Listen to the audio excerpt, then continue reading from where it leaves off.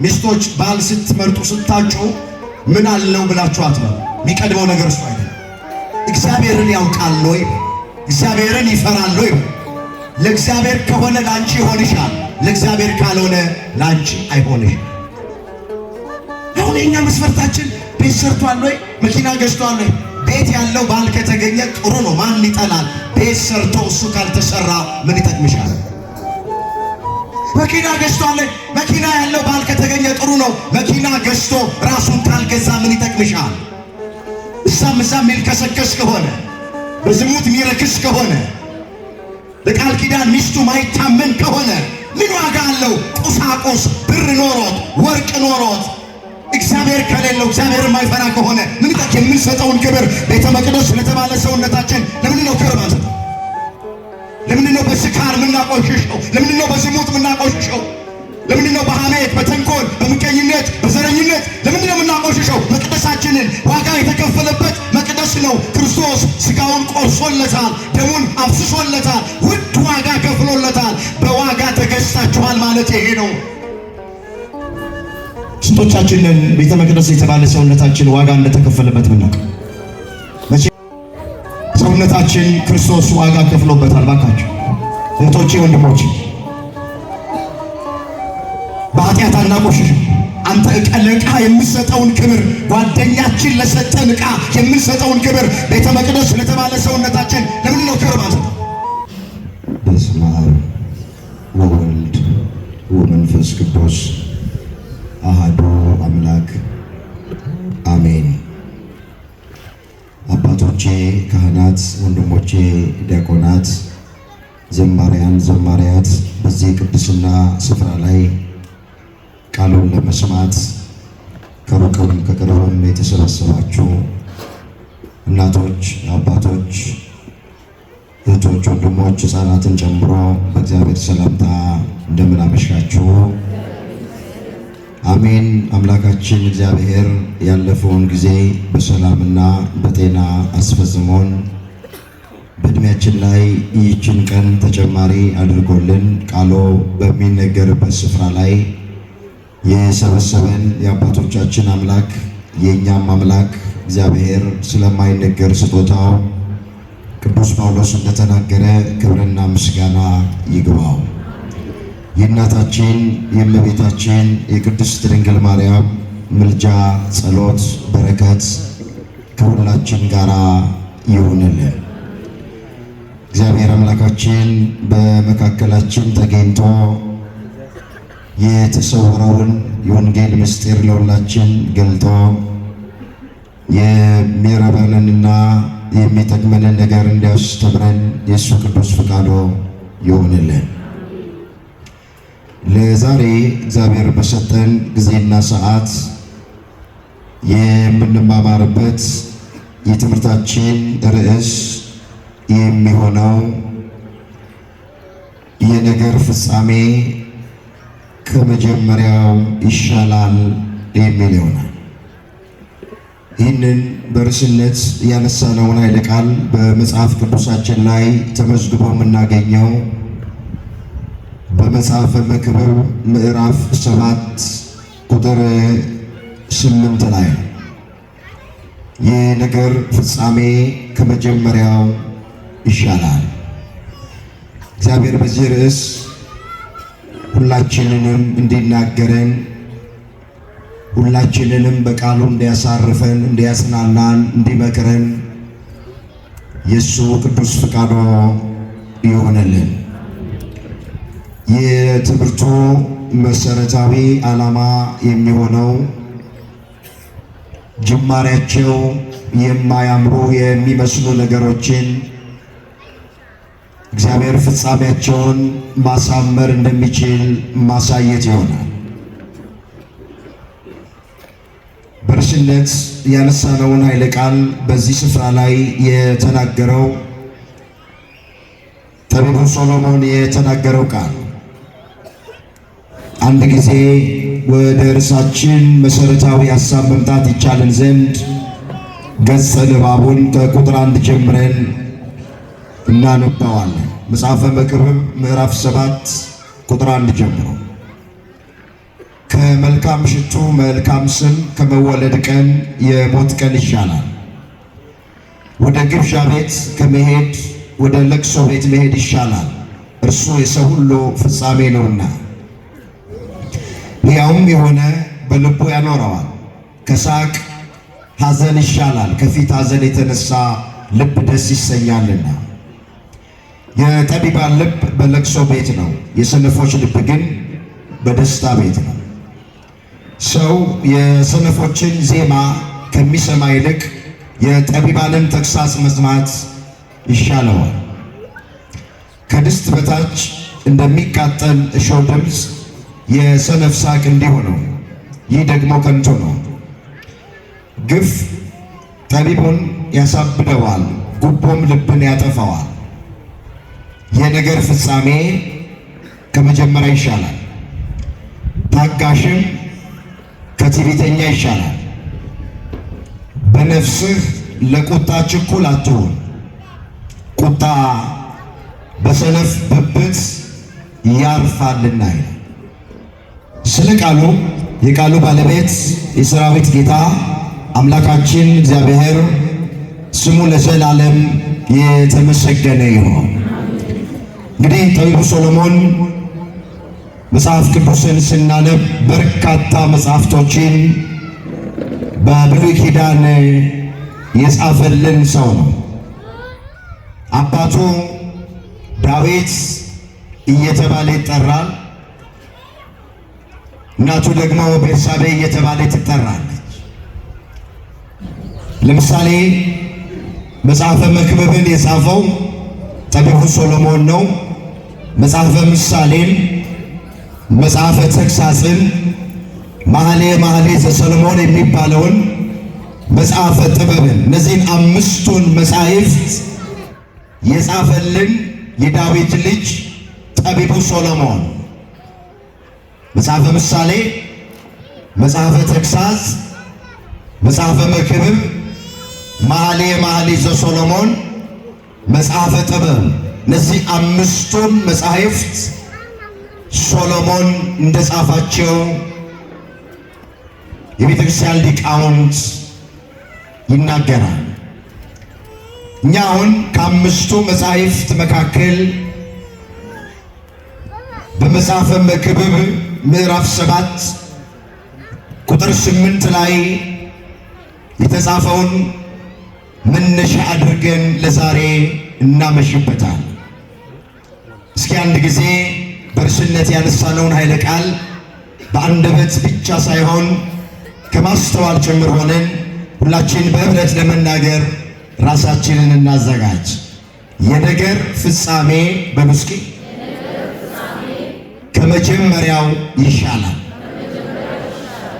እግዚአብሔር በዚህ ርዕስ ሁላችንን እንዲናገረን የእሱ ቅዱስ ፈቃዶ ይሆንልን። ይህንን ርዕስ ግልጥ እንዲያደርግልን በብሉይ ኪዳን ከተመዘገቡት ታሪኮች መካከል አንድ ታሪክ ለዛሬ እናነሳ። ጅማሬው ሳያምር የነበረን አንድ ሰው እግዚአብሔር እንዴት አድርጎ ፍጻሜውን እንዳሳመረለት፣ በዚህ ታሪክ ውስጥ ደግሞ የእያንዳንዳችንን ሕይወት እንደ መስታወት እግዚአብሔር ያሳየናል። ታሪኩ ለብዙዎቻችን እንግዳ የሆነ ታሪክ አይደለም። ከዚህ ቀደም በአንድም ይሁን በሌላ መንገድ የሰማነው ታሪክ ግን የእግዚአብሔር ቃል ማለዳ ማለዳ አዲስ ነው። ነቢዩ ኤርምያስ ሲናገር ምን ብሎ ነው የተናገረው? ቃልህ ማለዳ ማለዳ አዲስ ነው፣ ታማኝነትህም ብዙ ነው ብሎ ነው የተናገረው።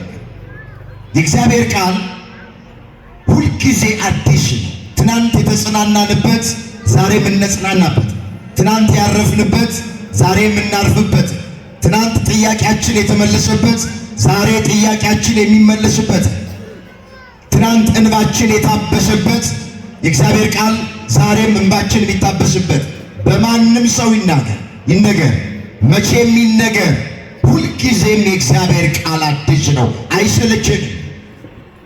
አሁን ከልጅነታችን ጀምሮ ውዳሴ ማርያም ስናደርስን ያደግነው፣ ግን ውዳሴ ማርያም እስካሁን አልሰለችን። ከልጅነታችን ጀምሮ በጾመ ፍልሰታ አንገታችን ላይ ነጠላ ታስሮልን ቤተ ክርስቲያን መተን ቅዳሴ እያስቀደስን ያደግነው። ማነው ቅዳሴ ይሰለቸው? በዓለም ያለው መጻሕፍት ልቦለዶች አንድ ጊዜ ካነበብናቸው በኋላ ሁለተኛ ጊዜ ለማንበብ ይሰለቹናል። ፍጻሜያቸውን ስለምናውቅ፣ ታሪኩን ስለምናውቅ፣ ሰው የደረሳቸው ሰው የጻፋቸው ስለሆኑ የእግዚአብሔር መንፈስ ስለሌለባቸው በዓለም ያሉ ልቦለዶች ሰው ያዘጋጃቸው ወገኖች አንድ ጊዜ አንብበናቸው ሁለተኛ ጊዜ ማንበብ አንችል። መጽሐፍ ቅዱስ ግን ማለዳ ማለዳ አዲስ ነው። የእግዚአብሔር ቃል ግን ሁልጊዜም አዲስ ነው። ለምን ያሉ እንደሆነ በቃሉ ላይ የእግዚአብሔር መንፈስ ስላለበት። የማን መንፈስ? የእግዚአብሔር መንፈስ ስላለበት ሁልጊዜም አዲስ ነው ቃል። አሁንም አዲስ የሆነውን ቃል እግዚአብሔር በቸርነቱ ለሁላችንም ያስተምራል። ታሪኩ በኦሪት ዘፍጥረት በምዕራፍ 37 ቁጥር 1 ጀምሮ የተመዘገበውን ታሪክ ነው የምናየው። ዮሴፍ የሚባልን የአንድ ሰው ሕይወት ዛሬ እናያለን። ጅማሬው ሳያምርለት ቀርቶ አስጨናቂ ጅማሬ፣ የተበላሸ ጅማሬ፣ እግዚአብሔር ደግሞ እንዴት መጨረሻውን እንዳሳመረለት የኛም የማያምሩ ጅማሬዎች በሕይወታችን ቢገጥሙን እግዚአብሔር መጨረሻውን ማሳመር እንደሚችል እግረ መንገድ በንጽጽር የምናይበት ትምህርት ነው። ታሪኩ ሲጀምር እንዲህ ብሎ ይጀምራል። ኦሪት ዘፍጥረት ምዕራፍ 37 ቁጥር 1 ጀምሮ መለከተዋል። ያዕቆብም አባቱ በስደት በነበረበት አገር በከነዓን ምድር ተቀመጠ። የያዕቆብም ትውልድ ይህ ነው። ዮሴፍ የ17 ዓመት ልጅ በሆነ ጊዜ ከወንድሞቹ ጋር በጎችን ይጠብቅ ነበር ይላል። ሁላችን ታሪኩ እንደምናውቅ አብርሃም ጊዜው ቢቆይም ከሳራ ይስሐቅን ወልዷል።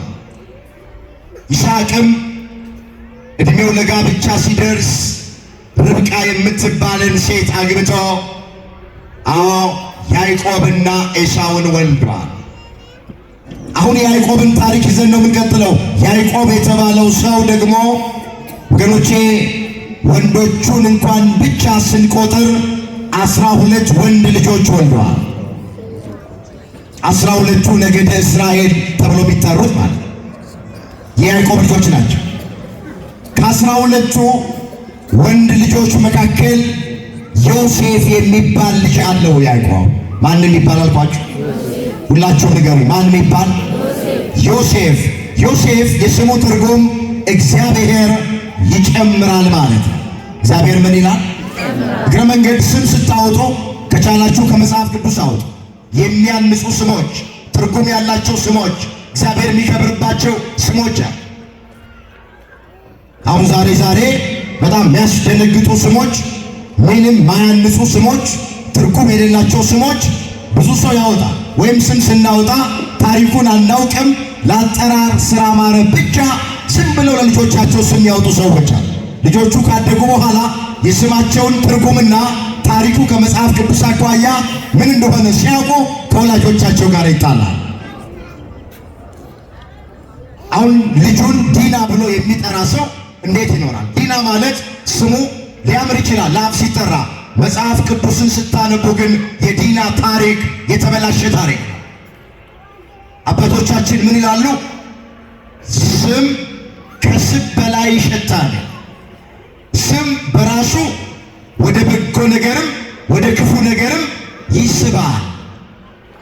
ስለዚህ ለልጆቻችን ስም ስናወጣ ትርጉም ያለው ጥሩ ታሪክ ያለው የሚያንስ እግዚአብሔር የሚከብርበት ከቻልን ከመጽሐፍ ቅዱስ ላይ ብናወጣ መልካም። አሁን ባልጠፋ ስም አሸብር ይባላል። አሁን እዚህ ውስጥ አሸብር ካለ በቃ አለቀ። እኔ አንድ ጊዜ ለአገልግሎት ወደ አንድ ገጠር እየሄድኩ ቦታውን አልነግራቸውም። ሰንበት ተማሪዎቹ ናቸው ጉባኤውን የሰሩትና ከመኪና እንደወረድን ሊቀበሉን መጡ። ስም ማን ነው ብዬ ስጠይቀው ስሜ ውቃው ይባላል አለ።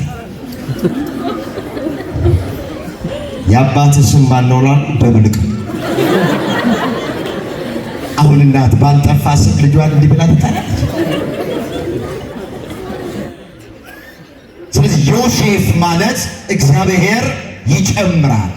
እግዚአብሔር ምን ይላል? እግዚአብሔር በጎ ነገር ለሁላችንም ይጨምርልን። አሜን። ያዕቆብ ከ12ቱ ወንድ ልጆች መካከል ዮሴፍን በልዩነት ይወደዋል። ለምን ያሉ እንደሆነ በስተርጅና የወለደው ልጁ ስለነበር ዓይኑ ከፈዘዘ ሰውነቱ ከደነዘዘ በኋላ ካረጀ በኋላ የወለደው ልጅ ስለሆነ ከ12ቱ ወንድ ልጆቹ መካከል ያዕቆብ አብዝቶ የሚወደው ወይም አብልጦ የሚወደው ልጁ ዮሴፍን አንድም በጣም ከሚወዳት ከራሔል 14 ዓመት ደጅ ጠንቶ ያገኘው ልጁ ስለሆነ ዮሴፍን ከልጆቹ ሁሉ ይልቅ ይወደዋል። አንዳንድ ጊዜ ቤት ውስጥ አባት የሚወደው ይኖራል፣ እናት የምትወደው ይኖራል። ይህ መጽሐፍ ቅዱስ ላይ የተመዘገበ ከፀሐይ በታች ምንም አዲስ ነገር። የመጽሐፍ ቅዱስን ታሪክ ስናጠና ዛነ ርብቃና ይስሐቅ ቤት ውስጥ ብንገባ ርብቃ የምትወደው ያዕቆብን ነበረ። ስትጠራው አቤት ስትልከው ወዴት ስለሚላል። ባል ደግሞ ይስሐቅ የሚወደው ኤሳውን ነበረ። ስለዚህ ቤት ውስጥም አባት የሚወደው ሊኖር ይችላል። አብልጦ ሁሉ ልጆችን ይወዳል፣ ግን አብልጦ የሚወደው ሊኖር ይችላል። ወይም እናት የምትወደው ሊኖር ይችላል። አሁንም ያዕቆብ ዮሴፍን እጅግ አድርጎ ይወደዋል። ለምን? በስተርጅና የወለደው ስለሆነ ከሚወዳት ከራሔል 14 ዓመት ደጅ ጠንቶ ያገኛል። ስንት ዓመት አልኳችሁ? ዛሬ አሁን የትኛው ጎረምሳ ነው 14 ዓመት ደጅ ጠንቶ ሚስት ያገኝ? ትዕግስት አለን አሁን እንደ ያዕቆብ? ዮሴፍ ራሔልን ለማግኘት ያዕቆብ 14 ዓመት ነው ደጅ ጠንቶ። እሱ ታሪኩ ሰፊ ነው፣ ወደዛ ውስጥ አልገባም።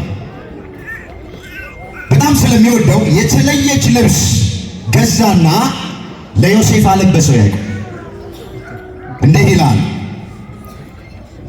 ዮሴፍን ከልጆቹ ሁሉ ይልቅ ይወደው ነበርና በብዙ ኅብር ያጌጠች ቀሚስ አደረገለት። ከዚህ የተነሳ ወንድሞቹ አባታቸው ከልጆቹ ሁሉ ይልቅ እንዲወደው ባዩ ጊዜ ጠሉት፣ በሰላምም ያናግሩ ዘንድ አልቻሉም። የማያምር የዮሴፍ ጅማሬ እዚህ ጋር ነው የሚጀምረው። በገዛ ወንድሞቹ ተጠላ። እሱም ልጅ ነው፣ እኛም ልጅ ነን። የተለየ ልብስ አባታችን ለምንድን ነው ለወንድማችን የሚገዛው? ከሁላችን አብልጦ እሱን ለምን ይወደዋል ብለው 11 ወንድሞቹ በዮሴፍ ላይ በጠላትነት ተነሱበት። የማያምር የዮሴፍ ጅማሬ ይሄ ነው፣ በገዛ ወንድሞቹ መጠላት።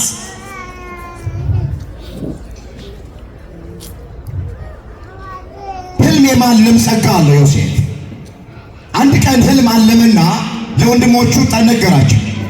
በእርሻ መካከል ነዶ ስናሰራለን ዮሴፍ፣ የኔ ነዶ ቀጥ ብላ ቆመች። 11 ነዶ በእኔ ነዶ ዙሪያ ዞረው ሲሰግዱ በህልሜ ተመለከትኩ። ፍቹ ምንድነው አለ። ለወንድሞቹ ነገራቸው።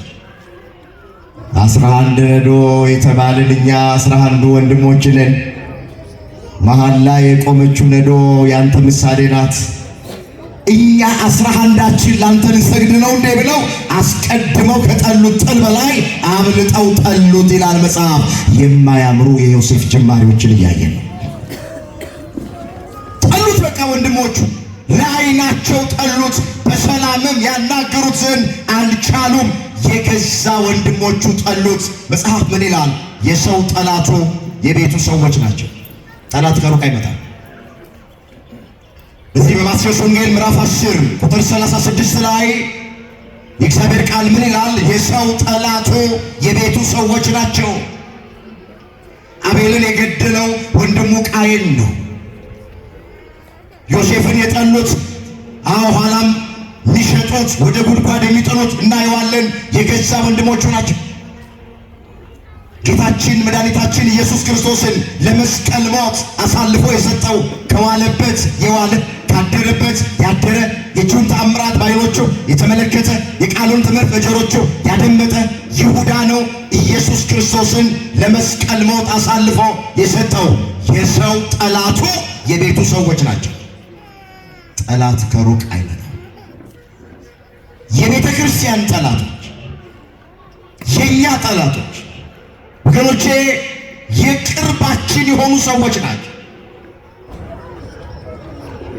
በጠላትነት ተነሱ። ሌላ ህልም እንደገና አለመ ዮሴፍ። ምን አለ? በህልሜ አለ 11 ከዋክብት ፀሐይና ጨረቃ ሲሰግዱልኝ ተመለከትኩ ብሎ ለአባቱ ነገረ። አባትየው እንደዚህ አድርጎ ፈታ። 11 ከዋክብት የተባሉት 11 ወንድሞች ናቸው። ፀሐይና ጨረቃ እኔና እናትህ ነን፣ ሁላችን ላንተ መስገዳችን ነው እንደ ያለ አባትየው። ታሪኩ ሰፊ ነው። አንድ ቀን አገልግል አስያዘውና እስኪ ወንድሞችህ በበረሃ በምድረ በዳ በጎች እየጠበቁ ነው፣ በሰላም ናቸው ወይ? እስኪ ወሬያቸውን ይዘህ ናልኝ አለና አባቱ ያዕቆብ ዮሴፍን አገልግል አስይዞት ላከው ይላል። እሺ ብሎ ለአባቱ ታዞ አገልግል ይዞ ወደ ወንድሞቹ ጋር መጣ። ዮሴፍ ገና በሩቅ አዩት። ሕልመኛ ወንድማችን መጣ። ሕልሙ ሳይፈታ ደሙን ማፍሰስ አለብን፣ ነፍሱን ማጥፋት አለብን፣ መግደል አለብን፣ ሳይቀድመን እንቀድመዋለን። የገዛ ወንድሞቹ በዮሴፍ ላይ ወገኖቼ የሞት ድግስ ደገሱለት። ባጭር መቀጨት አለበታል። ከፍ ካለ ካደገ በኋላ ለሱ ምን ሰግድ ከሆነ እሱ በእኛ ላይ የሚሰለጥንብን ከሆነ እንቅደመው ብለው 11 ወንድሞች ቁጭ ብለው ተማከሩ። እሱ እኮ እነሱ የሚበሉትን አገልግል ይዞላቸው እየመጣ ነው። ወርቅ ላበደረ ጠጠር ይላሉ አባቶች። ተርበዋል ብሎ አባቴ ልኮኛል ብሎ የቤተ ክርስቲያን ታሪክ እንደሚነግረን ዮሴፍ አገልግሉን ይዞ በሚሄድበት ጊዜ ተራበ ይላል። ነገር ግን በተራበ ጊዜ እንኳን ከነሱ አገልግል ላይ አልበላም፣ አልተጠቀመም። ታማኝነቱን ተመልከቱ። እነሱ ክፉ ነው የሚያስቡበት፣ እነሱ ሊገሉት ነው የሚያስቡት። እሱ ግን ለነሱ ከያዘው አገልግል እንኳን አልቀምስም ብሎ መልእክቱን እስኪያደርስ ድረስ እነሱን በናፍቆት ነበር የሚጠብቃቸው። እነሱ ግን የሞት ድግስ ደግሰውለት ነበር። ከመካከላቸው አንደኛው ሮቤል የሚባለው የበኩር ልጅ ለወንድሞቹ እንደዚህ አለ፣ ወንድማችንን ገለን በኋላ በደሙ ከምንጠየቅ ዝም ብለን ጉድጓድ ውስጥ ብንጥለው አይበቃም ወይ? ልጅ እኮ ነው፣ ወንድማችን እኮ ነው። ለምን ደሙን እናፈሳለን? ለምን ነፍሱን እናጠፋዋለን? ጉድጓድ ውስጥ እንጣለዋል። ሮቤል ይሄን ያለበት ምክንያት መጽሐፉ ምን ይላል? እነሱ ዘወር ሲሉ ከጉድጓድ ውስጥ አውጥቶ ወደ አባቱ ወደ ያዕቆብ ሊልከው ፈልጎ አንግደለው፣ ጉድጓድ ውስጥ እንጣለው አለ ሮቤል። እሺ ተባባሉና ለአባታችን ግን ምንድነው ማለት ሊገባን አሉ። ልብሱን በደም ለውሰን ነከረን፣ የምትወደው ልጅህ ሞቷል፣ እርምህን አውጣ ብለን ለያዕቆብ እንልካለን አሉት። ልብሱን አወለቁ፣ ልብሱን ገፈፉት፣ በደም ነከሩና ላኩለት ለያዕቆብ። ያ የምትወደው ልጅህ የተለየ ልብስ ያለበስከው ከኛ በላይ የምትወደው ልጅህ በሕይወት የለም፣ እርምህን አውጣ ሞቶልሃል ብለው መልእክት ላኩለት። ልብሱን ሲያይ የዮሴፍ ልብስ ነው፣ እንደገና በደም ተነክሯል። በቃ ክፉ አውሬ አግኝቶት በልቷል አለና ሐዘን ቁጭ አለ። እዚህ ጋር የምናየው አንድ ምስጢር አለ። ትዝ ይላችሁ እንደሆነ ያዕቆብ የወንድሙ የዮሴፍን ብኩርና የወሰደው የበግ ቆዳ ለብሶ ጸጉር ለብሶ በልብስ ነበር አታሎ ገብቶ የወንድሙ የኤሳውን ብኩርናውን በረከቱን የወሰደው። እዛ ጋር በልብስ አታሎ ነበር ያዕቆብ። እንደገና መልሶ የገዛ ልጆቹ በልብስ አታለሉት። ሰው የዘራውን ያጭዳል። ሰው እጁን ያገኛል። ሌሎቹን ባታለንበት መንገድ እኛም እንታለን። ያዕቆብ ኤሳው ነኝ ብሎ ኤሳው ሳይሆን የበግ ቆዳ ለብሶ ጸጉራም ሆኖ ኤሳው ጸጉራም ስለሆነ አባቱ ይስሐቅ ዓይኑ ስለፈዘዘ ገብቶ ተባርኮ ነበረ። አታለው ማለት እዚህ የገዛ ልጆቹ አታለሉት። ልጅ ዮሴፍ ሞተ፣ ይኸው ልብሱ በደም ተጨማልቋል፣ አውሬ በልቶታል ብለው አሉት። በስተርጅናው እያዘነ ወደ መቃብር እንዲወርድ አደረጉት። እንመለስ። እስካሁን እያየን ያለነው የማያምር የዮሴፍን ጅማሬ ነው። በወንድሞቹ ተጠላ፣ ወደ ጉድጓድ ውስጥ ተጣለ። በዚያ እነሱ በነበሩበት መንገድ አዎ እስማኤላውያን ሚዲያማውያን ሲያልፉ ከጉድጓድ ውስጥ አወጡትና ዮሴፍን ለነጋዴዎቹ በ20 ብር ሸጡት። በስንት ብር ሸጡት? በ20 ብር ሸጡት። ገዙትና እነዛ ነጋዴያን ዮሴፍን ወደ ግብፅ ይዘውት ወረዱ ይላል። እንደ ሸቀጥ ሰው ተሸጠ። እነዚህ በ20 ብር የገዙት ነጋዴዎች ደግሞ 10 ብር አተረፉና ጲጢፋራ ለሚባለው ሰው በ30 ብር እንደገና ዮሴፍን ሸጡት። ተሽጦ ወደ ጲጢፋራ ቤት ገባ። ይህ ታሪክ በኦሪት ዘፍጥረት በምዕራፍ 39 ቁጥር 1 ጀምሮ የተመዘገበ ታሪክ እንዲህ ይላል። ዮሴፍ ግን ወደ ግብፅ ወረደ። የፈርዖን ጃንደረባ የዘበኞች አለቃ የሚሆን የግብፅ ሰው ጲጢፋራ ወደ ግብፅ ከወረዱት ከእስማኤላውያን እጅ ገዛ። እግዚአብሔር ከዮሴፍ ጋር ነበር። እስኪ እግዚአብሔር ነው ከዮሴፍ ጋር ነበረ። ዮሴፍ ከማጋራ ስለነበር እግዚአብሔር ደግሞ ከማጋ ነው። ሲሸጥ አብሮ ተሸጠ ይላሉ አባቶች። አብሮ ከዮሴፍ ጋር ተሰደደ። ከዮሴፍ ጋር አለ እግዚአብሔር። ዮሴፍ ባለበት እግዚአብሔር አለ። ተሽጦ ወደ ግብፅ ሲወር ከዮሴፍ ጋር እግዚአብሔር ይውላችሁ። እኛ በሃይማኖት ከእግዚአብሔር ጋር ከሆንን ታመን አልጋ ላይ ብንተኛም እስር ቤት ውስጥም ብንገባም ስደትም ብንወጣም ምንም አይነት ነገር ውስጥ እንሆን እግዚአብሔር ከኛ ጋር ይሆናል። ትልቁ ነገር በሃይማኖት እኛ ከእግዚአብሔር ጋር እንሆን፣ በእምነት ከእግዚአብሔር ጋር እንሆን፣ በጸሎት ከእግዚአብሔር ጋር እንሆን፣ በጾም ከእግዚአብሔር ጋር እንሆን። እግዚአብሔር ከኛ ጋር ይሆናል። ምንም ጥርጥር የለውም። መጽሐፍ ምንድን ነው የሚለው? እናንተ ከእግዚአብሔር ጋር ስትሆኑ እግዚአብሔር ከእናንተ ጋር ይሆናል። ብትፈልጉት ታገኙታላችሁ፣ ብትተውት ግን ይተዋችኋል ተብሎ ተጽፏል። ሁለተኛ ዜና መዋዕል ምዕራፍ 15 ቁጥር 2 ላይ የተመዘገበ እግዚአብሔር ቃል።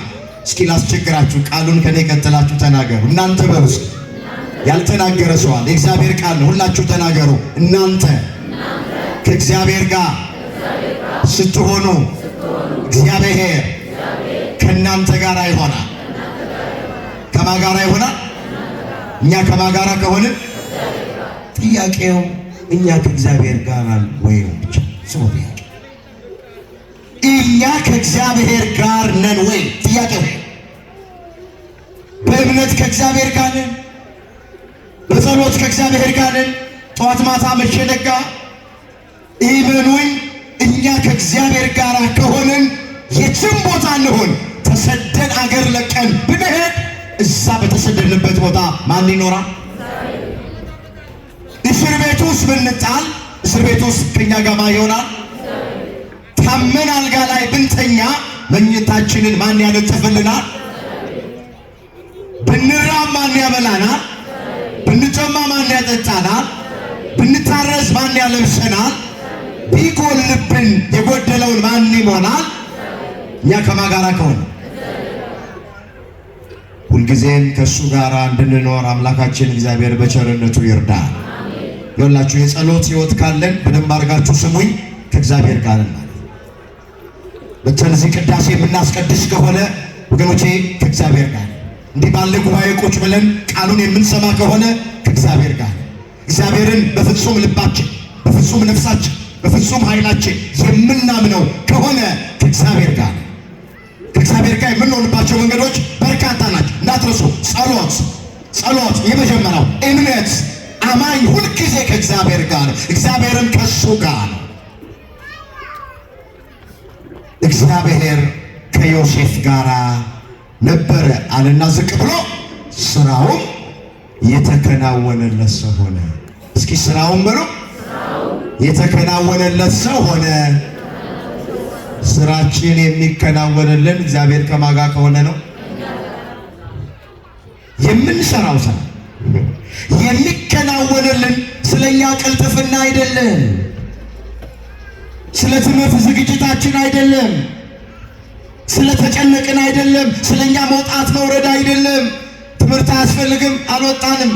ያስፈልጋል ትምህርት ብቻውን ግን ወገኖቼ፣ ቅልጥፍና ብቻውን ግን እግዚአብሔር ከኛ ጋር ካልሆነ በፍጹም አይከናወንም።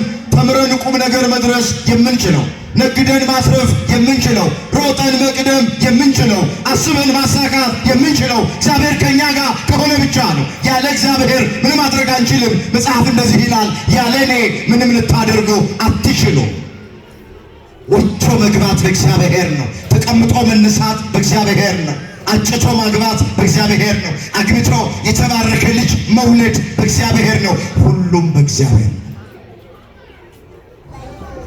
የዮሐንስ ወንጌል ምዕራፍ 15 ቁጥር 5 ላይ የተመዘገበ እግዚአብሔር ቃል ያለ እኔ ምንም ልታደርጉ አትችሉ። እስኪ ያለ እኔ በሉ፣ ምንም ልታደርጉ አትችሉ። ያለማ ስሙን ጥሩት። ያለማ ሮጦ መቅደም በማን ነው? ነግዶ ማስረፍ በማን ነው? ተምሮ ቁም ነገር መድረስ በማን ነው? አጭቶ ማግባት በማን ነው? አግብቶ የተባረኩ ልጆች መውለድ በማን ነው? ሁሉ በማን ነው? ሁሉ በእግዚአብሔር። እግዚአብሔር ከዮሴፍ ጋር ስለሆነ የሚሰራው ስራ ሁሉ ተከናወነለት። ምን አለለት? ወጣቶች የምትሰሩት ስራ እንዲከናወን ከእግዚአብሔር ጋር በእምነቱ ነው። እህቶቼ የልባችሁ መሻት እንዲፈጸም የምትሰሩት ስራ ሁሉ እንዲከናወንላችሁ ከፈለጋችሁ ከእግዚአብሔር ጋር እሱ ነው መፍትሄ። ዳዊት ምን ብሎ ነው የዘመረው? እግዚአብሔር ቤትን ካልሰራ ቤተሰሪ በከንቱ ይደክማል። እግዚአብሔር አገርን ካልጠበቀ አገርን የሚጠብቁ ሰዎች በከንቱ ይተጋሉ ተብሎ ተጽፏል።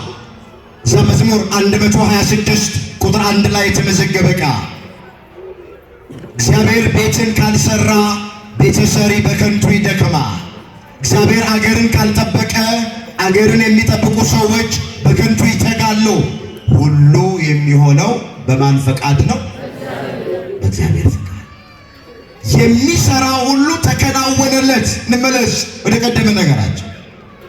በግብፃዊው ጌታም ቤት ነበረ። ጌታውም እግዚአብሔር ከእርሱ ጋር እንዳለ እርሱም የሚሰራ ሁሉ እግዚአብሔር በእጁ እንዳከናወነለት አየ። ዮሴፍም በጌታው ፊት ሞገስ አገኘ። ምን አገኘ?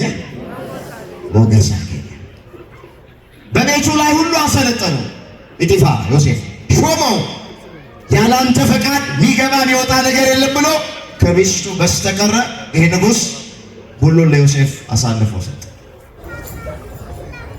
አንድ ቀን ዮሴፍ ከቤት ሲወጣ ሲገባ የዚህ ንጉሥ ሚስት አየችውና በሐሰት ዝሙት ተነደፈች ይላል። ሌላ ፈተና ሲወጣ ባቱን ሲገባ ደረቱን ይላሉ አባቶቻችን። ዮሴፍን አየችውና አብረኸኝ ተኛ፣ ፈቃዴን ፈጽምልኝ አለች። እጅግ ውብና መልከ መልካም ሰው ነበረ። ከራስ ፀጉሩ እስከ እግር ጥፍሩ ድረስ ውብ ነበረ። መልከ መልካም ልጅ ነበረ ዮሴፍ። መልኩ ያማረ ነው፣ ጠባዩ ያማረ ነው፣ እግዚአብሔርን የሚፈራ ነው፣ እግዚአብሔርን የሚያውቅ ነው። ሁለቱንም ውበት አስተባብሮ የያዘ ሰው ነው ዮሴፍ። ታውቃላችሁ አንዳንዶቻችን ስጋዊ ውበት ቢኖረን መንፈሳዊ ውበት ግን ብዙዎቻችን የለን። ውጫዊ ውበት ያላቸው ብዙ ሰዎች ውሳጣዊ ውበታቸውን ስታዩ ባዶ ይሆናሉ። እግዚአብሔርን ማያውቁ ናቸው። መንፈሳዊነት ማይገባቸው ናቸው። ቤተ ክርስቲያን መምጣት ኋላ ቀርነት ይመስላቸዋል። መጾም፣ መጸለይ፣ ማስቀደስ ጊዜ የሌላቸው ሰዎች መሰብሰቢያ ይመስላቸዋል። ቤተ ክርስቲያን መሄድ በውጭ ስትዋቸው ስጋዊ ውበት ሊሆናቸው ግን ይችላሉ። ዮሴፍ በውስጡም ውብ ነው፣ ልቡ ውብ ነው፣ በውጭም በስጋውም ውብ ነው። እግዚአብሔር ሁለቱንም ውበት ለሁላችን ያድነን። እቺ ሴት ውበቱን አየችና በውበቱ ተሸነፈች። አብረኸኝ ካልተኛ ባለቤት ውስጥ የለም ፍቃዴን ፈጽምልኝ አለችው። ሰው ባለው ነገር ይፈተናል። ዮሴፍ ባለው ነገር ተፈተነ። እህቶቼ ምንድነው ፈተናችሁ? ወንድሞቼ ምንድነው ፈተናችሁ? አንዳንድ ጊዜ ውበት ፈተና ይሆናል። አንዳንዴ ስልጣን ፈተና ይሆናል። አንዳንዴ እውቀት ፈተና ይሆናል። ሰው ባለው ነገር ይፈተናል። ዮሴፍ በውበቱ ምክንያት ፈተና መጣ። ቅዳለችው በቃ አብረኸኝ ተኛ፣ ፍቃዴን ፈጽም፣ ወድጄሃለሁ፣ ቤቴ ውስጥ ባል የለም፣ ማንም ሰው የለም አለች። ዮሴፍ እንደዚህ አላት፣ ሰው ባይኖር እግዚአብሔር አለ አላት። ሰው ባይኖር ማን አለ? እግዚአብሔር። ማንም አያየንም ብላ ስትለው ሴቲቱ ሰው ባያየን እግዚአብሔር ያየናል አላት። የምትይውን ኃጢአት በእግዚአብሔር ፊት አልሰራውም አለ። እስኪ የምትይውን ኃጢአት ነው የምትይውን ኃጢአት በእግዚአብሔር ፊት አልሰራውም። በማን ፊት? የዮሴፍ አይኖች ማንን አሻግረው አዩ? ንገሪ ማንን አዩ? ያኮ አንድ ኃጢአት ለመስራት አንድ ክፉ ነገር ለማድረግ ሰው አየኝ አላየኝ ነው ምን ነው? ጨለማን ነው ምን መርጠው? ጨለማ ውስጥ የገባን እንደሆነ እዛ ውስጥ ምን ሰራውን ኃጢአት እግዚአብሔር የማያይ የሚመስለን ብዙዎች ነን። ከመጋረጃ በስተጀርባ ምን ሰራውን ኃጢአት እግዚአብሔር የማያይ የሚመስለን ብዙዎች አለን። አካባቢ የቀየርን እንደሆነ፣ ሰፈር የቀየርን እንደሆነ፣ ሀገር የቀየርን እንደሆነ እዛ የምናደርገውን ክፉ ነገር እግዚአብሔር የማያይ የሚመስለን ሰዎች አሉ። ግን ዮሴፍ አይኖቹ የሚገርሙ ናቸው። ሰው የለም ስትለው ቤት ውስጥ አንቺ ሰው ባይኖር እኮ እግዚአብሔር አለ። በአይናችንም ባናይ ሰው አያየንም፣ ማንም ሰው አያየንም። ሰው ባያየን እግዚአብሔር ያየናል። የምትይውን ኃጢአት በአምላኬ በእግዚአብሔር ፊት አልሰራውም አለ። የጥበብ መጀመሪያ ማንን መፍራት ነው? ዮሴፍ እግዚአብሔርን ፈራ። እግዚአብሔር ይህን ጥበብ ለሁላችንም ይስጠን። እዚህ በመጽሐፈ ምሳሌ ምዕራፍ 1 ቁጥር 7 ላይ የጥበብ መጀመሪያ እግዚአብሔርን መፍራት ነው ተብሎ ተጽፏል። የመንፈሳዊውም ጥበብ የዓለማዊውም ጥበብ መጀመሪያ እግዚአብሔርን መፍራት። እግዚአብሔርን መፍራት የሌለበት የቱም አይነት ጥበብ ከንቱ ነው።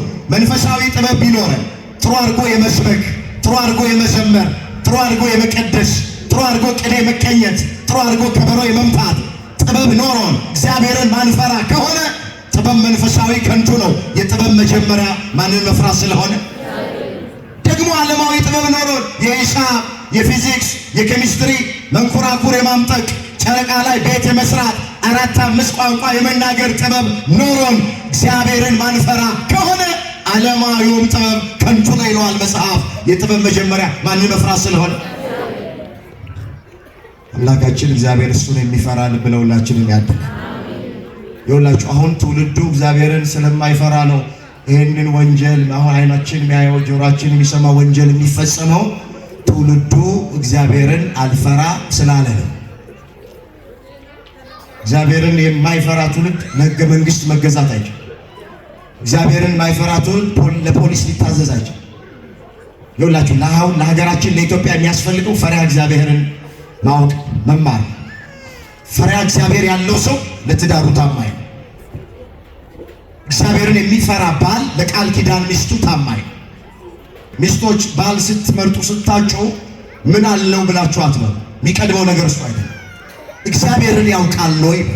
እግዚአብሔርን ይፈራል ወይ? ለእግዚአብሔር ከሆነ ላንቺ ይሆንሻል፣ ለእግዚአብሔር ካልሆነ ላንቺ አይሆንሽ። አሁን የኛ መስፈርታችን ቤት ሰርቷል ወይ መኪና ገዝቷል ወይ? ቤት ያለው ባል ከተገኘ ጥሩ ነው፣ ማን ይጠላል? ቤት ሰርቶ እሱ ካልተሰራ ምን ይጠቅምሻል? መኪና ገዝቷል ወይ? መኪና ያለው ባል ከተገኘ ጥሩ ነው፣ መኪና ገዝቶ ራሱን ካልገዛ ምን ይጠቅምሻል?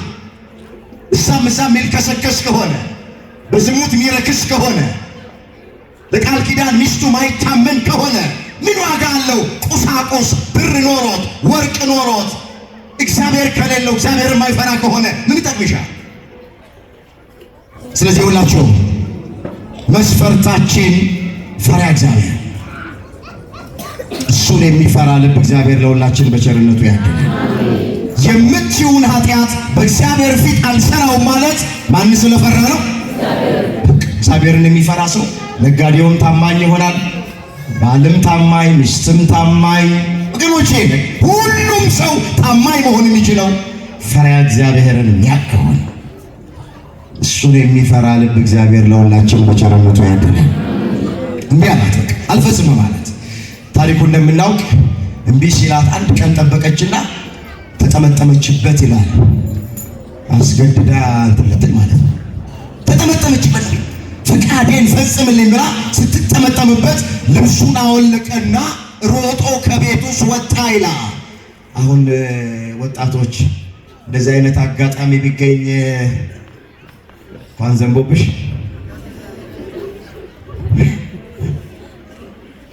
እኔ አልፈለኩም ነበር። እኔ አስጨነቀችኝ፣ አስቸገረችኝ፣ እምቢ አልኳት። ግን በቃ ምን ላድርግ? ተጠመጠመችብኝ። አጥጋቢ ምክንያት አለኝ እንላለን። አጥጋቢ ምክንያት አለኝ፣ የኔ አይደለም ፍላጎቱ ፍቃዱ፣ እሷ ናት ያስጨነቀችኝ። ዮሴፍ እንደዚህ አይነት ቀን ልብሱን አወለቀላትና ከቤት ውስጥ ሮጦ ወጣ። መጽሐፍ ከዝሙት ሽሹ ይላል። ከዝሙት እንድንሸሽ አምላካችን እግዚአብሔር ይርዳል። ሰው የሚሰራው ኃጢአት ሁሉ ከስጋ ውጪ ነው። ዝሙትን የሚሰራ ሰው ግን በገዛ ስጋው ላይ ይሰራል ኃጢአት። ስጋ ለእግዚአብሔር ነው፣ ስጋ ለጌታ ነው እንጂ ለዝሙት አይደለም ይላል ሐዋርያው ቅዱስ ጳውሎስ። ወጣቶች ንጽህናችሁን ጠብቁ፣ እስክታገቡ ድረስ ክብራችሁን ጠብቁ። ካገባችሁ በኋላም ለቃል ኪዳን ሚስታችሁ ታማኙ፣ ሚስቶች ለቃል ኪዳን ባላችሁ ታማኙ። ስጋችን ለጌታ ነው ለእግዚአብሔር ነው እንጂ ለዝሙት አይደለም። እግዚአብሔር ነፍሱ ከምትጸየፋቸው ኃጢአቶች መካከል አንደኛ ዝሙት ነው። እንዲህ ተብሎ ተጽፏል። ላነበው ፈልጋል። እስኪ አስተውሉት ይህንን ኃይለ ቃል። እዚህ ቅዱስ ጳውሎስ በቆሮንቶስ ለሚገኙ ክርስቲያኖች በአንደኛ ቆሮንቶስ መልእክቱ ምዕራፍ 6 ቁጥር 17 ላይ እንዲህ ብሎ ጽፏል። ከዝሙት ሽሹ አለ። ሰው የሚያደርገው ኃጢአት ሁሉ ከሥጋ ውጪ ነው። ዝሙትን የሚሰራ ግን በገዛ ሥጋው ላይ ኃጢአትን ይሰራል አለና፣ ወይስ ሥጋችሁ ከእግዚአብሔር የተቀበላችሁት በእናንተ የሚኖር የመንፈስ ቅዱስ ቤተ መቅደስ እንደሆነ አታውቁምን? በዋጋ ተገዝታችኋልና ለራሳችሁ አይደላችሁም። ስለዚህ በሥጋችሁ እግዚአብሔርን አክብሩት። በሥጋችሁ ማንን አክብሩት? በዋጋ የተገዛ ቤተ መቅደስ ነው። ዋጋው ብር አይደለም፣ ዋጋው ዕንቁ አይደለም። ዋጋው ክርስቶስ ሥጋውን ቆርሶ ደሙን አፍስሶ በዋጋ ተገዝተናል። ባካችሁ ይሄ ቤተ መቅደስ የእያንዳንዳችን ቤተ መቅደስ በዋጋ የተገዛ ነው፣ ዋጋ የተከፈለበት ነው። ስለዚህ ቤተ መቅደሳችንን ከዝሙት እንጠብቀው፣ በዝሙት አናቆሽሸው፣ በንጽህና እንያዘው። ዮሴፍ የምትይውን ዝሙት በእግዚአብሔር ፊት አልሰራም ብሎ ልብሱን ጥሎላት ወጥቶ ከቤት ርቆ ሸሽቶ ሄደ ይላል። ልመለስ። ዮሴፍ አልሰራም፣ የምትይውን ኃጢአት አልሰራም። ከዚህ በኋላ ልሳካልሽ ሲላት ሴቲቱ ጮኸች፣ ድምጿን ከፍ አድርጋ ጮኸች። ወታደሮቹ መጡ። ቤተ መንግስት ውስጥ ነው ያለችው፣ የንጉሥ ሚስት ናት። ምን ሆነሻል አላት። ይሄ ምናምንቴ ዕብራዊ ከትቢያ ከአፈር ባሌ አንስቶ ቤተ መንግስት ቢገባ ሆዱ ሲሞላ ደረቱ ሲቀላ የባሌን ቤት አለመኖር አየና ካልደፈርኩሽ ብሎ ተነሳብኝ አለች። ጅራፍ ራሱ ገርፎ ራሱ ጮኸ። ፍቃዱ የራሷ ሆኖ ጥያቄው የራሷ ሆኖ ፍቃዴን ካልፈጸምክ ያለችው እሷ ሆኖ አልሳካ ሲላት ግልብጥ አለችና ካልደፈርኩሽ ብሎ ተነሳለች። እሱ ስደተኛ ነው፣ የሰው ሀገር ሰው ነው። እሷ የንጉሥ ሚስት ናት። ከእሱ ይልቅ እሷን አመኗትና ወታደሮቹ በላሉ እጅና እግሩን አስረው ነገሩ እስኪጣራ ድረስ ብለው ወደ ወህኒ ቤት ወረወሩት። ሌላኛው የማያምር የዮሴፍ ጅማሬ። ያለ ወንጀሉ እንደ ወንጀለኛ ተቆጠረ፣ ያለ በደሉ እንደ በደለኛ ተቆጠረ። እስር ቤት ውስጥ ተጣለ። ከሱ ይልቅ እሷ የምትናገረው ተሰማ። ታማኝ ሆና ተቆጠረች። አንዳንዴ ይህንን እናያለን በዓይናችን፣ ይህን እንሰማለን በጆሮአችን። እውነት ይዘን እያለቀስን እያነባን እኔን አድምጡኝ፣ እኔን ስሙኝ፣ እውነት ያለው እኔ ጋ ነው ስትሉ በሆነ ነገር ከእናንተ የተሻሉ የሆኑ ሰዎች ውሸትም አድርገው እነሱ ይታመናሉ። ተገፋ፣ በግፍ እስር ቤት ውስጥ ገባ፣ ታሰረ። አባቶቻችን ምን ይላሉ? እስረኞች ሁሉ ወንጀለኞች አይደሉም ይላሉ። እስረኞች ሁሉ ምንጭ አይደሉም። ምን ይሁን ዮሴፍ አሁን ምን የሚያሳስር ነገር አለው? ምን ወንጀል አለበት? ዝሙት አልሰራም ያለ፣ ንጽሕናዬን አላጎድፍም ያለ፣ በእግዚአብሔር ፊት ነውር አላደርግም ያለ። ይሄ የሚያሾም ነው፣ ይሄ የሚያሸልም ነው፣ ይሄ ማዕረግ የሚያሰጥ ነው፣ ይሄ ክብር ነበረ። ግን እንደ ወንጀል ተቆጠረበትና ለወህኒ ተላልፎ ተሰጠ። ዓለም እንደዚህ ናት። ዓለም ፍትሕ የላት። የሚፈቱትን ታስራለች፣ የሚታሰሩትን ትፈታለች። ከዓለም ፍትሕና ዳኝነት አልጠብቁ። እውነተኛ ዳኛ ማን ብቻ ነው? ንገሪ፣ ማን ብቻ? ፍትሕ የሚሰጠው ማን ነው? ፊት አይቶ የማያዳላ ማን ነው? በቅንነት የሚፈርደው ማን ነው? እውነተኛው ዳኛ ማን ነው? አመስግኑት። እግዚአብሔር ነው። ክብር ምስጋና እግዚአብሔር። እስር ቤት ውስጥ ገባ። እንመለስ። እነዚህ እያየን ያለናቸው ማያምሩ ናቸው። ልክ እስር ቤት ውስጥ ሲገባ መጽሐፍ የሚለው ምንድን ነው? እግዚአብሔርም በእስር ቤት ውስጥ ከዮሴፍ ጋር ነበር ይላል። ከማን ጋር ነበር? ሲሰደድ አብሮ ይሰደዳል። እግዚአብሔር ሲታሰር አብሮ ይታሰራል። እስር ቤት ውስጥ አብሮ ነበረ። በእስረኞቹ ፊት እግዚአብሔር ለዮሴፍ ሞገስ ሆኖ ይላል። እግዚአብሔር በጠላቶቻችን ፊት ለሁላችንም ሞገስ ሆነ። ሞገሳችን ማለት መስክሩ፣ ሞገሳችን ማለት እግዚአብሔር ሞገስ ሆኖ ይላል። እዛ እስር ቤት ውስጥ ቆየ። 2 ዓመት ነው የታሰረ። ስንት ዓመት? ባላየው ነገር፣ ባልሰማው ነገር፣ ባልፈጸመው ወንጀል፣ ባላደረገው ነገር ንጽሕናውን በጠበቀ ኃጢአት አልሰራም ስላለ 2 ዓመት በግፍ ታሰረ። አንዳንድ ጊዜ በሕይወታችን እንዲህ ሊገጥመን ይችላል።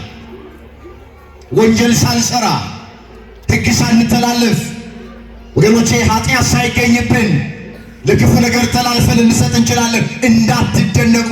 ኢየሱስ ክርስቶስ በመስቀል ላይ የተሰቀለው፣ ጎኑን በጦር የተወጋው፣ እጆቹን በሚስማር የተቸነከረው ኃጢአት ሰርቶ አይደለም፣ ወንጀል ተገኝቶበት አይደለም። ንጹሕ ባህሪ ነው። ሲሰድቡት መልሶ ያልተሳደበ ነው። መከራ ሲያደርሱበት ያልሳተ ነው። ነገር ግን እንደ ክፉ አድራጊ ቆጥረውት በመስቀል ላይ ሰቅለውታል። በሚስማር ቸንክረውታል። የሾህ አክሊል ደፍተውበታል። ሥጋው አልቆ አጥንቱ እስኪታይ ድረስ 6666 ጊዜ በጅራፍ ገርፈውታል። አንዳንድ ጊዜ በሕይወታችን እንደዚህ ይሆናል። ዓለም ፍትሕ የላት። ታሰረ። እስር ቤት ውስጥ ያለ ወንጀሉ ጭብጥ ኩርምት ብሎ 2 ዓመት። ስንት ዓመት? 2 ዓመት። ላሳጥር ታሪኩን ወደምፈልገው ነገር ልምጣና እዛ እስር ቤት ውስጥ ሳለ አሁን 2 ሰዎች፣ አንዱ የጠጅ አሳላፊ ነው፣ ሁለተኛው የእንጀራ አሳላፊ ነው። ህልም አዩና ለዮሴፍ መጥተው ነገሩት። ሁለቱንም ህልማቸውን ፈታላቸው። አንደኛው ምን አለው? ከ3 ቀን በኋላ ትፈታለህ፣ ወደ ቀድሞ ስራ ትመለሳለህ። አንደኛውን አንተም ከ3 ቀን በኋላ ትፈታለህ፣ ነገር ግን በአደባባይ ላይ ንጉሱ ያሰቅልሃል። አንተ የምትፈታው ወደ ቀድሞ ስራ ልትመለስ፣ አንተ ግን ያሳዝነው የምትፈታው በአደባባይ ንጉሱን ያሰቅል ነው ብሎ የሁለቱንም ህልም ፈታ። የጠጅ አሳላፊው ነው ወደ ቀድሞ ስራ ትመለሳለህ ከ3 ቀን በኋላ ብሎ ይፈታለት። ግን ምን አለው? ከተፈታ በኋላ እኔ በግፍ ስለታሰርኩኝ ያለ ወንጀል ስለሆነ ወደ ወህኒ የተጣልኩት ለንጉሱ ንገርልኝና ከስራቴ አስፈታኛ። ከስራቴ ምን በለኝ? ለማን ንገርልኝ? ዮሴፍ በእግዚአብሔር ላይ ተስፋ ማድረጉ ትቶ አሁን በዚህ በጠጅ አሳላፊው ላይ ተስፋ አደረገ። ንገርልኝ ሄደ ለንጉሱ። ያለ በደሌን የታሰርኩት መታሰር አይገባኝም ነበረ። ይኸው 2 ዓመት ሊሆነኝ ነው። ስለዚህ እንዳትረሳኝ አስበኝ አደራ ብሎ ያንን ጠጅ አሳላፊ ተስፋ አደረገ። ሰዎችን ተስፋ አታደርጉ። ተስፋችን ማን? ንገሩ። ማን ነው ተስፋችን? ሰው ቢያምኑት ይከዳል። ሰው ተስፋ ቢያደርጉት ያሳፍራል። ሰው ቢደገፉት ይሰበራል። ሸምበቆ ነው ቢያምኑት ማይከዳ፣ ተስፋ ቢያደርጉት የማያሳፍር የድንግል ልጅ አማኑኤል ነው። ክብር ምስጋና ለስሙ ይሁን። እሱ ነው ቢታመን። ዝቅ ብሎ ስታነቡት ምን ይላል?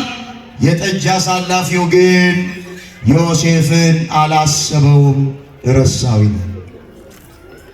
ምን አደረገው? ሰው ይረሳናል። ማይረሳን ማይዘነጋን አምላካችን እግዚአብሔር የገዛ ወንድሞቻችን ሊረሱን ይችላል። አያድርስ ነው። እህታችን ልትረሳን ትችላለች። የወለደ አባት የወለደች እናት ልትረሳን ትችላለች። ባልንጀራችን ጓደኛችን ሊረሳን ይችላል። በሰው እንዳትታመኑ፣ ሰውን ተስፋ እንዳታደርጉ። ምን አለ ዳዊት? በሰው ከመታመን በእግዚአብሔር መታመን ይሻላል። በገዢዎች ተስፋ ከማድረግ በእግዚአብሔር ተስፋ ማድረግ ይሻላል አለ መዝሙር 117 ቁጥር 8 ላይ። እስኪ ቃሉን ከኔ ቀጥላችሁ ተናገሩ። በሰው ከመታመን በሉስ በእግዚአብሔር መታመን ይሻላል። በገዢዎች ተስፋ ከማድረግ በእግዚአብሔር ተስፋ ማድረግ ይሻላል። ይሻላል አይሻል? ማን ነው እግዚአብሔርን አምኖ የጎደለበት ያጣማ? ማን ነው እግዚአብሔርን ተስፋ አድርጎ ያፈረ? እግዚአብሔር ቢያምኑት ባካችሁ አይከዳም። እግዚአብሔር ተስፋ ቢያደርጉት አያሳፍርም። አይናችሁን ከሰው ላይ አንሱ። እግዚአብሔር ተስፋ አሉት። መጽሐፍ የሁሉም ዓይን አንተን ተስፋ ያደርጋል፣ አንተም እጅህን ትከፍታለህ፣ ምግባቸውንም በየጊዜው ትሰጣቸዋለህ አለ ዳዊት። እዚህ ዳዊት መዝሙር 144 ቁጥር 15 ላይ የተመዘገበ ቃል የሁሉም ዓይን አለ አንተን ተስፋ ያደርጋል፣ አንተ እጅህን ትከፍታለህ፣ ሥጋ ለለበሰ ሁሉ ምግባቸውን በጊዜ ትሰጣቸዋለህ። እሱም ተስፋ እያደረገ እንድንኖር አምላካችን እግዚአብሔር ይርዳል። ረሳ እንመለስ።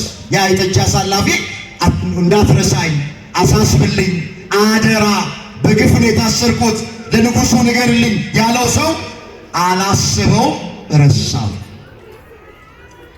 ስለዚህ ልክ በጌታ ቀኝ እንደተሰቀለ ወንበዴ ጌታ ሆይ በመንግስት በመጣ ጊዜ ምን በለኛል? ምን በለኝ? ዛይ ሉቃስ ወንጌል ምዕራፍ 23 ቁጥር 48 ላይ የተመዘገበ ቃል ነው። ጌታ ሆይ አለው በመንግስት በመጣ ጊዜ አስበኛል። በቃ አስበኝ ማለት የሚገባን አምላካችን ነው። አስበን ማለት የሚገባን መድኃኔዓለምን እሱን ያስባል። ከገባንበት ቅራኔ ውስጥ ሊያወጣን ይችላል። ጥያቄያችንን ይመልሳል፣ እንባችንን ያብሳል፣ ልቆቅልሻችንን ይፈታል፣ ታሪካችንን ይቀይራል፣ የራቀውን ነገር ያቀርባል፣ የጎደለውን ነገር ይሞላል፣ የተቆረጠውን ነገር ይቀጥላል። መድኃኔዓለምን አስበኝ በሉት። ወጣቶች ምንድን ነው የጎደላችሁ? እህቶች ምንድን ነው የጎደላችሁ? በእግዚአብሔር ታመኑ፣ እግዚአብሔርን ተስፋ አድርጉ፣ እሱን አስበኝ በሉት። ይሄ ወንበዴ እድሜ ዘመኑን ቋንጃ ቆራጭ የነበረ ደም አፍሳሽ የነበረ በንጹሐን ደም ሲታጠብ የነበረ ከጌታ ቀኝ ተሰቀለ። በዛች አጋጣሚ ምቹ ጊዜ ያገኘና ጌታ ሆይ አለ። የሚሰራውን ተአምራት ሲያይ ጊዜ በመንግስት በመጣ ጊዜ አስበኝ አለ። ጌታችን ምን አለው? ዛሬ ከኔ ጋራ በገነት ትኖራለህ አለ። ቀድሞ ከአዳም ገነት ገባ። ክብር ምስጋና ለአምላካችን ለእግዚአብሔር። ቀድሞ ከአዳም ገነት የሁላችሁ እግዚአብሔርን አስበን ካልነው እንዲህ ታሪክ የሚቀይር ነው። የት ነበርክ እስካሁን? የት ነበርሽ እስካሁን አይልም። ወንበዴ እኮ ነበረ፣ ደም አፍሳሽ ነበረ። እስካሁን ድረስ የት ነበርክ አላለው። አስበኝ ሲለው አስበው። ዛሬ ከኔ ጋር በገነት ትኖራለህ። እንመለስ። ዮሴፍ ተረሳ። አሁን እግዚአብሔር የዮሴፍን ፍጻሜ የሚያሳምርበት ጊዜ ደረሰ። ርዕሳችን ምንድን ነው? የነገር ፍጻሜ ከጅማሬው ምን ይላል? አቤት ይሻላል። እንዴት አድርጎ አሁን እግዚአብሔር በጊዜውና በሰዓቱ ዮሴፍን እንደሚያከብረው ፍጻሜውን እንደሚያሳምርለት በጥቂቱ አስታውሻቸው መልእክቴን ተቀላል። ፈርዖን የሚባለው የግብፅ ንጉሥ ህልም አለመና የሚፈታለት አጥቶ ይጨነቅ ጀመረ። በቤተ መንግሥት የሚቀልባቸው ጠንቋዮች፣ አስማተኞች፣ መተተኞች አሉ። ያየውን ህልም ነገራቸው። ህልሙ ምንድን ነው? በህልሜ ያለ 7 መልካቸው ያማረ ላሞች ከባህር ውስጥ አስቀድመው ሲወጡ ተመለከትኳል። ጥቂት ቆይታ ሆኖ ደግሞ ሌሎች መልካቸው የከሳ መልካቸው የማያምር ወጡና አስቀድመው የወጡትን መልካቸው የሚያምረውን ሰውነታቸው የወፈረውን ላሞች ዋጧቸው። ይህንን ህልም አይቻለሁ፣ ፍቱልኝ። ዝም ብዬ እናንተን መቀለብ ምን ትርጉም አለው?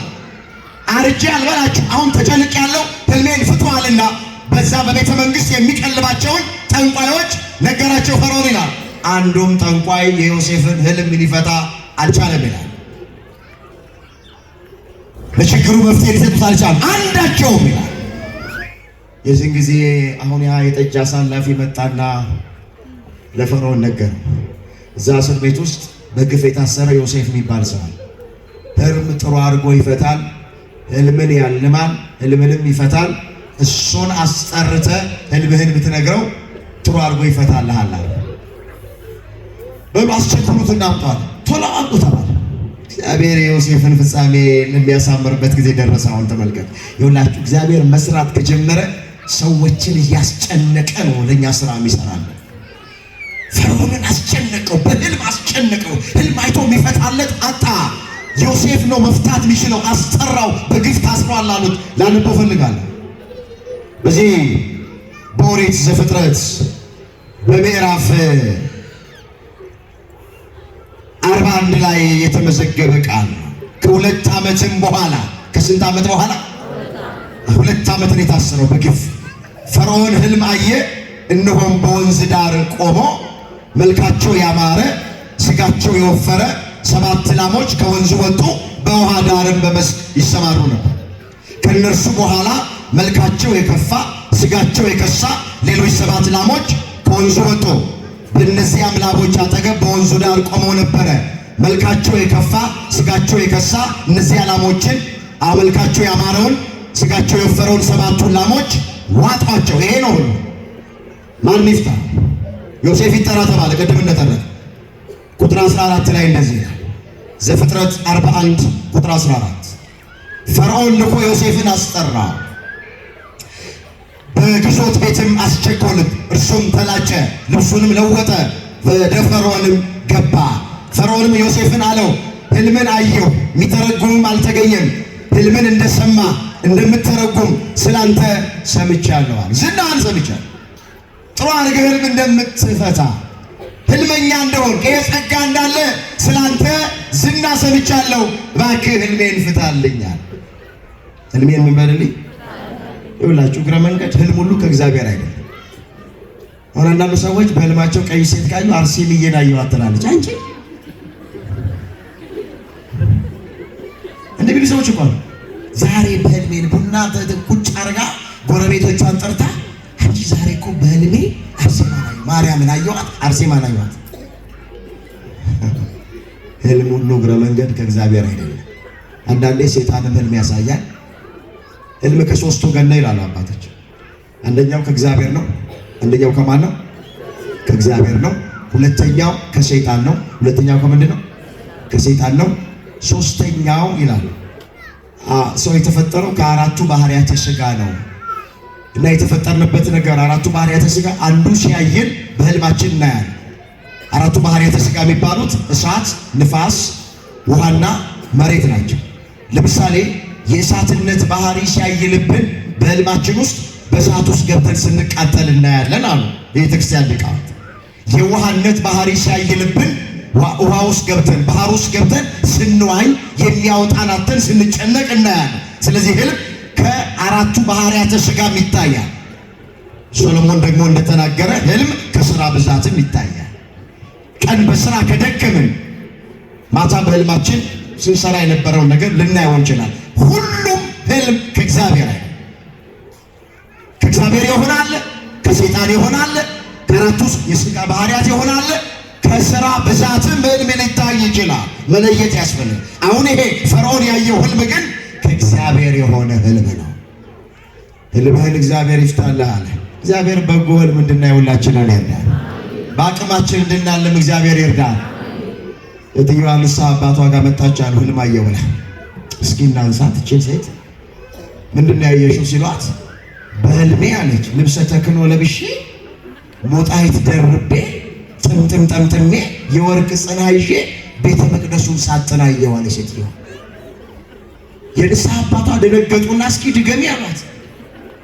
በህልሜ ልብሰ ተክህኖ ለብሼ ሞጣይት ደርቤ እንደገና የወርቅ ጽና ይዤ መቅደሱን ሳጥና አየሁ አላት። ሰሙና እኛ አባት ምን አሏት? አንቺ ሴት ምን ነው በአቅምሽ ብታልሚ አሏት። በምንሽ በአቅማችን እንድናለም እግዚአብሔር ይርዳል። ህልም ሁሉ ከእግዚአብሔር አይደለም። ይሄ ህልም ግን ከእግዚአብሔር። ምን አለው ፈርዖን ለማነው ዮሴፍ? እኔ ህልምህን አልፈታልህም፣ ህልምህን የሚፈታልህ እግዚአብሔር ነው ማለት ነው። ማንም ይፈታልህ? አልተመጻደቀም ዮሴፍ፣ አልተኩራራም፣ አልታበየም። ጸጋው እኮ አለው ህልም የመፍታት። እኔ እፈታለሁ አላለም፣ እግዚአብሔር ይፈታልሃል አለ። ክብርን ሁሉ ለእግዚአብሔር እንድንሰጥ እግዚአብሔር ይርዳል። አሁን እኛ ብንሆንስ እቺ ጸጋ ብትኖረን ስንት ትከፍለኛለህ ነው መጀመሪያ ምን እንደራደረው። እፈታልሃለሁ ግን ስንት ትከፍለኛለህ? እኔ እግዚአብሔር ብዙ ነገር የማይሰጠን ወገኖቼ፣ እኔ እውነቴን ነው የምላችሁ፣ በጣም ወደ ንግድ ውስጥ እንዳንገባበት ፈልጉ። አሁን ጌታችን እንደዚህ ያለ ጉባኤ እያስተማረ ሰዎቹ ሲራቡ 5 እንጀራና 2 ዓሣ አበርክቶ ለ5000 ሕዝብ አመግቧል። አሁን ይሄ ጸጋ ለኛ ቢሰጠን ኖሮ ጥቂቱን አበርክቶ የመመገብ ጸጋው ቢሰጠን ኖሮ ዛሬ ማን ይቻላል? ወደ ሂሳብ ውስጥ ወደ ስሌት ውስጥ ነበር የምንገባው። ስለዚህ እግዚአብሔር ይውላችሁ ብዙ ነገር የማይሰጠን በሱ ላይ እንዳንኮራበትና በተሰጠን ጸጋ ደግሞ እንዳንጠፋ ስለሚፈልግ ይመስለኛል። ስንት ትከፍለኛለህ አላለም ዮሴፍ። ህልምህን እፈታለሁም አላለም። ያንተን ህልም የሚፈታው እግዚአብሔር ነው አለ። ማን ነው አለ? ክብርን ለማሰጠ ዮሴፍ የምታደርጉትን ሁሉ ለእግዚአብሔር ክብር አድርጉት ተብሎ ተጽፏልና እዛ አንደኛ ቆሮንቶስ 10:31 ላይ ሁሉን ለእግዚአብሔር ክብር እንድናደርገው እግዚአብሔር ይርዳል።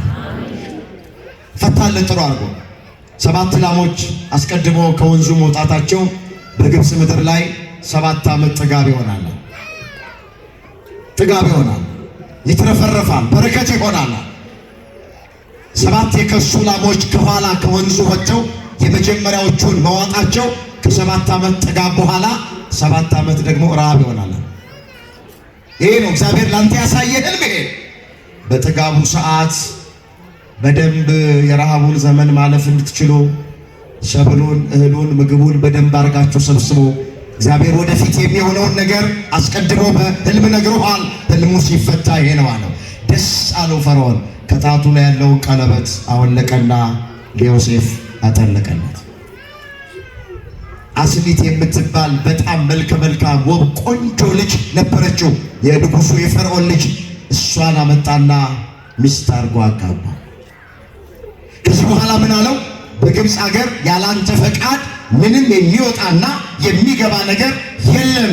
በግብፅ ላይ እኔ ጠቅላይ ሚኒስትር አድርጌ ሾሜሃለሁ፣ ከኔ በታች አገሪቱን ብታስተዳድረው አንተነ፣ ያለ አንተ ፈቃድ የሚወጣና የሚገባ ነገር የለም ብሎ በግብፅ አገር ላይ ዮሴፍን ፈርዖን ከፍ ከፍ አደረገው። እግዚአብሔርም መጨረሻውን አሳመረለት። ክብር ምስጋና ለአምላካችን ለእግዚአብሔር። ያ የማያምር የነበረ ዮሴፍ ጅማሬ ዘግይቶ ቆይቶ መጨረሻውን እግዚአብሔር አሳመረለት። በእስር ቤት ውስጥ አሳለፈና ጠቅላይ ሚኒስትር አደረገው ዮሴፍን። እግዚአብሔር በረከት የሚሰጠን በመከራ ወረቀት ጠቅልሎ ነው ይላሉ አባቶች። እስኪ እግዚአብሔር በሉ። በረከትን የሚሰጠን በመከራ ወረቀት ጠቅልሎ ነው። ስለዚህ ሁላችሁ መጀመሪያ ህይወታችሁ ላይ የማያምሩ ነገር ቢገጥሟችሁ ተስፋ አትቁረጡ። ይኸው ዮሴፍ አስተማረ። ታገሱ፣ ጽኑ፣ እግዚአብሔርን ጠብቁት። መጨረሻውን እግዚአብሔር ማሳመር ይችላል። ይችላል አይችልም?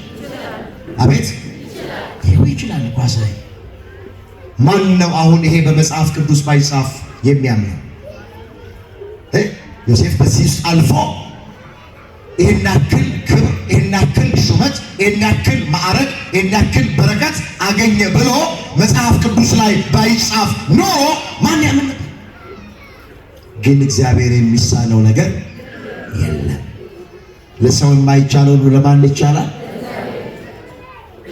አምላካችን እግዚአብሔር መጨረሻችንን ያሳምረን።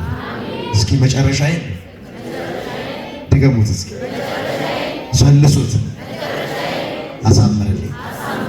ሁልጊዜ ይኸውላችሁ ወንድሞቼ እህቶቼ፣ ለጸሎት እግዚአብሔር ፊት ስትቆሙ መጨረሻዬን አሳምረልኝ ማለት የዮሴፍን መጨረሻ እንዳሳመርክለት የኔንም መጨረሻዬን አሳምር እንጂ ጅማሬያችሁን እያያችሁ በሕይወታችሁ ውስጥ የሚሆነው ነገር እያያችሁ በፍጹም እንዳታገሩ፣ እንዳትማሩ። እግዚአብሔር ተወኝ፣ እግዚአብሔር ረሳኝ፣ ጌታ ለሆነ ነገር ሲደርስብኝ እንዳትል ጠብቁት። ጽኑ፣ ጸሎታችሁን እንዳታቋርጡ፣ ጉባኤ መካፈላችሁን እንዳታቋርጡ፣ ቅዳሴ ማስቀደሳችሁን እንዳታቋርጡ፣ በየገዳማቱ መሄዳችሁን እንዳታቋርጡ፣ ሥጋው ደግሞ መቀበላችሁን እንዳታቋርጡ፣ አስራት በኩራት ማውጣታችሁን እንዳታቋርጡ፣ ጾማችሁን መጾማችሁን እንዳታቋርጡ፣ የድርሻችሁን ዝም ብላችሁ ተወጡ። ያን ጊዜ እግዚአብሔር መጨረሻን ማሳመር ይችላል። የነገር ፍጻሜው ከመጀመሪያው ይሻላል። ይበቃል። ያስተማረን የመከረን የገሰጸን የአባቶቻችን አምላክ እግዚአብሔር ስሙ የተመሰገነ ይሁን። ድንግል ማርያም ጣዕሟን በአንደበታችን ፍቅሯን በልባችን ትሳልብን። እግዚአብሔር አምላካችን በተማርነው ትምህርት 30፣ 60፣ 100 ያማረ ፍሬ እንድናፈራ ሁላችንን በቸርነቱ ይርዳን። የሁላችንን መጨረሻ መድኃኔዓለም ያሳምረን።